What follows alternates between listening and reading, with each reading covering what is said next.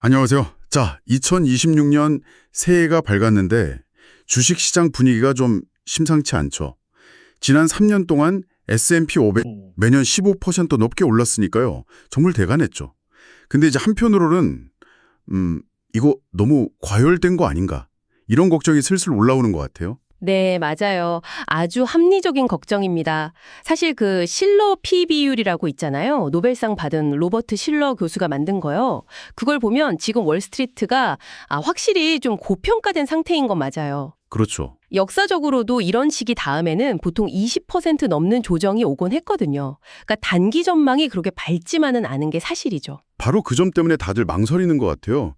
지금 들어가면 완전 상투 잡는 거 아닐까 하는 공포심이요. 자, 그래서 오늘 저희가 한번 관점을 바꿔보려고 합니다. 만약에 가장 빠르게 성장하는 성장주이면서 동시에 가장 안전한 주식이 있다면 어떨까요? 성장주인데 안전하다. 네, 이 모순처럼 보이는 조합, 안전한 성장주에 딱 들어맞는 5개 기업을 오늘 한번 깊게 파헤쳐 보겠습니다. 그럼 바로 첫 번째, 두 번째 기업부터 시작해 볼까요? 이 둘은 거의 한 몸처럼 움직이니까 같이 묶어서 보는 게 편할 것 같아요.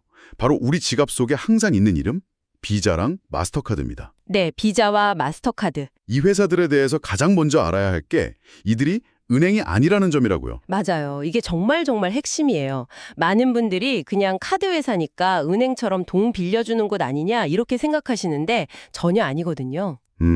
비자랑 마스터카드는 대출기관이 아니라 그냥 결제망을 제공하고 그 중간에서 수수료를 받는 말 그대로 결제 처리 업체죠. 아, 처리만 해준다. 네. 이게 왜 중요하냐면 경기가 나빠져서 신용 불량 사태가 터져도 이 회사들은 직접적인 타격이 없다는 뜻이거든요. 대출 부실 위험을 떠안지 않으니까요. 아, 그렇군요. 은행들은 경기 나빠지면 대손 충당금 쌓느라 정신없는데 그렇죠. 이 회사들은 그럴 필요가 없으니 회복도 훨씬 빠르겠네요. 정확합니다. 그런 구조적인 안전장치를 이미 가지고 있는 거죠. 근데 여기서 더 흥미로운 지점이 하나 있어요. 오, 뭔가요? 혹시 트럼프 전 대통령이 신용카드 이자율을 1년간 10%로 제한하자 이런 제안을 한 거 기억나세요? 네네, 기억나요? 그때 카드 회사들 주가 좀 빠지지 않았나요? 맞아요. 언뜻 들으면 완전 재앙 같은 소리잖아요. 그런데 이게 오히려 비자와 마스터카드에게는 큰 호재가 될 수도 있다는 분석이 있어요. 잠깐만요. 아니, 이자율을 강제로 낮추는데 네, 그렇죠. 어떻게 그게 호재가 될 수 있는 거죠? 좀 역설적인데요? 그게 참 역설적인데 한번 이렇게 생각해 보시면 쉬워요. 만약 이자율 상한선이 생겨서 이자 부담이 확 줄면 소비자들이나 기업들이 어떻게 행동할까요? 카드를 더 많이 쓰겠죠, 아무래도. 바로 그거죠. 신용카드 사용액 자체가 폭발적으로 늘어날 가능성이 커지는 거예요. 결제 건수가 많아질수록 비자와 마스터카드가 챙기는 가맹점 수수료 수익은 더 커지는 구조잖아요. 와, 정책의 의도랑 시장의 반응이 완전히 다르게 나타날 수 있군요. 그건 생각도 못했네요. 네, 아주 흥미로운 사례죠. 그럼 이런 정치적인 변수를 제외하고 거시경제 사이클 자체도 이들에게 유리한가요? 맞습니다. 장기적으로 보면요. 지난 80년간 미국 데이터를 보면 경기 침체는 평균 10재블 정도였어요. 근데 경제 확장은 평균 5년 가까이 지속됐거든요. 아, 성장하는 기간이 압도적으로 기네요. 그렇죠.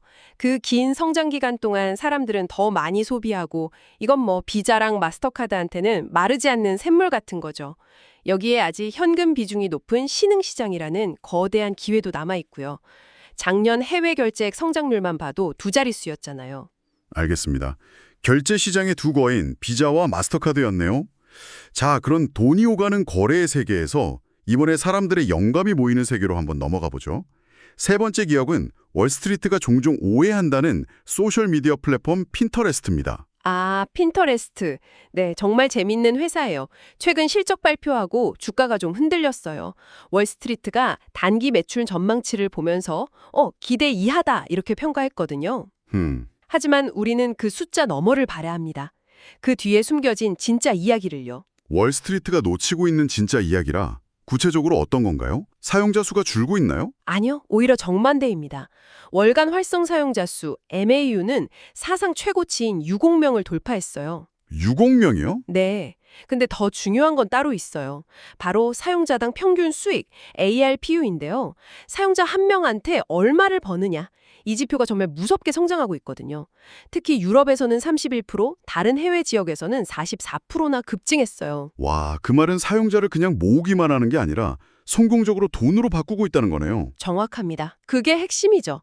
사용자의 양과 질을 모두 잡고 있는 거예요. 사실 핀터레스트가 다른 소셜미디어랑은 결이 좀 다르긴 해요. 그렇죠. 인스타그램이나 틱톡은 내가 어제 뭘 했는지를 보여주는 과시의 공간 같은 느낌이라면 핀터레스트는 내가 내일 뭘 할지를 계획하는 곳이잖아요. 바로 그겁니다. 그래서 핀터레스트는 스스로를 소셜미디어가 아니라 시각적 발견 엔진이라고 불러요. 시각적 발견 엔진. 네. 사람들은 인테리어 아이디어, 여름 휴가 계획, 이런 미래의 계획을 위해 핀터레스트에 들어오거든요.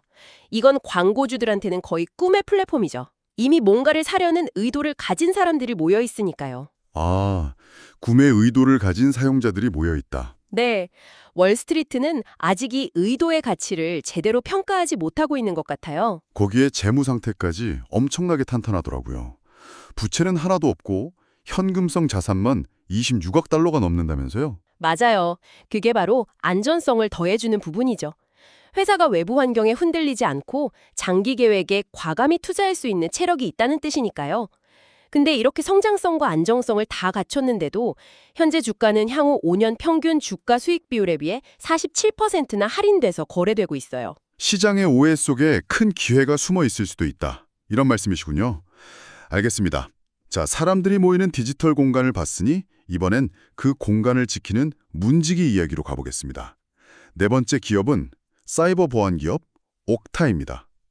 이제 사이버 보안은 정말 선택이 아닌 필수제가 된 것 같아요. 맞아요. 사이버 보안은 경기 침체를 타지 않는다는 말도 있잖아요. 해커들은 경제가 어렵다고 쉬는 게 아니니까요. 그렇죠. 오히려 더 기승을 부리죠. 특히 요즘처럼 모든 데이터가 클라우드로 옮겨가는 시대에는 그 기업의 디지털 대문을 지키는 역할이 훨씬 더 중요해졌어요. 옥타는 바로 그 대문의 열쇠, 즉 신원 확인 솔루션을 제공하는 회사고요. 그런데 이런 신원 확인 솔루션을 제공하는 회사가 옥타 말고도 꽤 있지 않나요? 옥타만의 특별한 강점 같은 게 있을까요? 네, 좋은 질문입니다.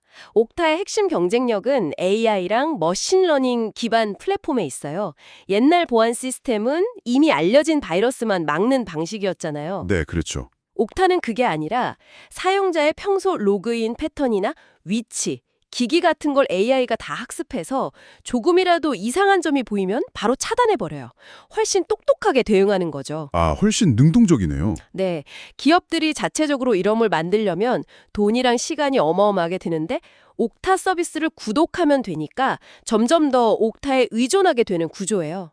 실제로 기업들의 반응도 숫자로 나타나는 것 같더라고요.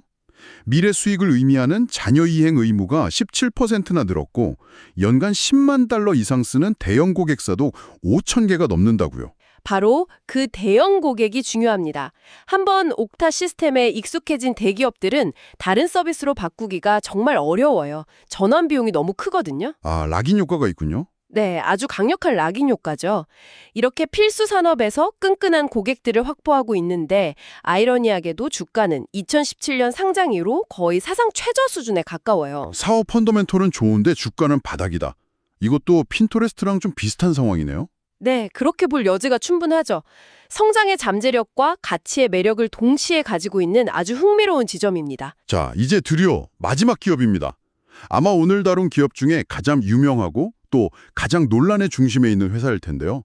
매그니피센트 세븐 중에서 가장 저렴하다고 평가받는 곳, 바로 메타 플랫폼스입니다. 아, 메타. 네, 마크 저커버그의 그 엄청난 AI 투자를 보면서 저러다 회사 망하는 거 아니냐 이런 우려도 많은데 정말 괜찮을까요? 월스트리트의 가장 큰 걱정이 바로 그거죠. 저커버그가 메타버스라는 허상에 돈을 너무 많이 쓴다. 하지만 많은 사람들이 AI와 메타버스에만 집중하는 동안 메타의 본질을 잊고 있어요. 본질이요? 네.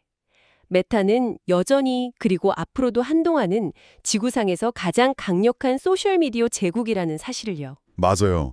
페이스북, 인스타그램, 워치앱 다 합치면 매일 35억 4천만 명이 쓴다고 하니까요. 전 세계 인구 절반 가까이가 매일 접속한다는 거잖아요. 이건 정말 상상하기 힘든 규모죠. 그렇죠. 이 압도적인 사용자 기반이 메타에게 뭘 줄까요? 광고 수익이겠죠? 바로 광고 단가 결정권입니다. 광고주들은 다른 대안이 없으니까 울며 겨자 먹기로 메타의 광고를 할 수밖에 없어요. 이게 메타의 흔들리지 않는 현금 창출 능력의 근원이죠. 그런데 여기서부터가 정말 재밌어져요. 모두가 걱정하는 그 막대한 AI 투자가 먼 미래의 메타버스만을 위한 게 아니라는 점이에요. 아, 그 AI 투자가 이미 현재의 핵심 사업인 광고 비즈니스를 더 강하게 만들고 있다는 건가요? 정확합니다. 메타는 지금 광고주들한테 생성형 AI 솔루션을 제공하고 있어요. 예를 들어 작은 쇼핑몰 사장님이 예전에는 비싼 돈 주고 모델 써서 광고를 만들었어야 했잖아요. 네, 그랬죠. 이제는 그냥 메타 AI한테 20대 여성이 좋아할 만한 여름 원피스 광고 이미지를 만들어줘 라고 하면 알아서 뚝딱 만들어주는 거예요. 와, 그게 가능해요? 광고주들 입장에서는 비용이랑 시간을 엄청나게 아낄 수 있겠네요. 맞아요. 여기서 한 발 더 나아가서 AI가 수십억 명의 사용자 데이터를 분석해서 개개인에게 가장 클릭할 확률이 높은 맞춤형 광고를 딱 보여주는 거죠. 만약 이 덕분에 광고 클릭률이 조금이라도 올라가면 메타는 광고 단가를 더 올릴 수 있는 강력한 명분을 얻게 돼요. AI 투자가 광고 엔진에 직접 연료를 붓고 있는 셈이군요. 바로 그겁니다. 듣고 보니 그 엄청난 투자가 단순한 비용이 아니라 미래 수익을 위한 가장 확실한 투자일 수도 있겠다는 생각이 드시죠? 네, 그러네요. 게다가 현금도 445억 달러나 가지고 있으니 정말 거침없이 베팅할 수 있는 거고요. 맞습니다.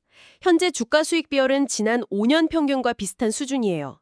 하지만 만약 저커버그가 시장을 안심시키려고 AI 지출을 아주 조금만 줄여도 주당 순이익은 분석가들 예상을 가뿐히 뛰어넘을 잠재력이 있죠. 숨대진 카드를 쥐고 있는 셈이군요. 네, 그런 셈이죠. 자, 오늘 비자와 마스터카드부터 핀터레스트, 옥타, 그리고 메타까지 5개 기업을 정말 깊게 들여다봤는데요. 이 이야기들을 하나로 꿰어보면 어떤 그림이 그려질까요? 오늘 살펴본 기업들에는 몇 가지 뚜렷한 공통점이 있었어요. 각자의 영역에서 대체 불가능한 인프라를 장악하고 있다는 점, 그리고 경기가 흔들려도 수요가 쉽게 줄지 않는다는 점, 마지막으로 그 강력한 펀더멘털에 비해서 시장에서 합리적인 평가를 받고 있다는 점이죠.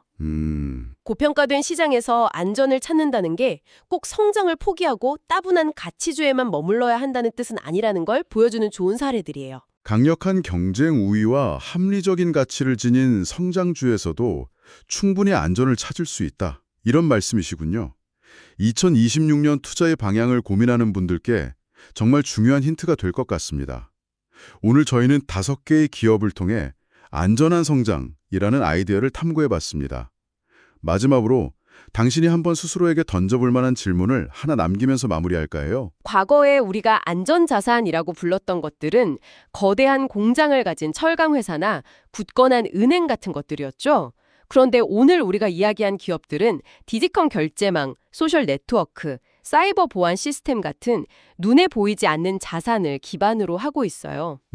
가장 안전한 투자처의 정의가 이렇게 거대한 제조업체에서 미래의 디지털 인프라를 구축하는 기업들로 넘어가고 있다는 사실은 우리 경제의 구조가 근본적으로 어떻게 변하고 있다는 걸 말해주는 걸까요? 그리고 그 변화 속에서 안전의 의미는 앞으로 또 어떻게 진화하게 될까요?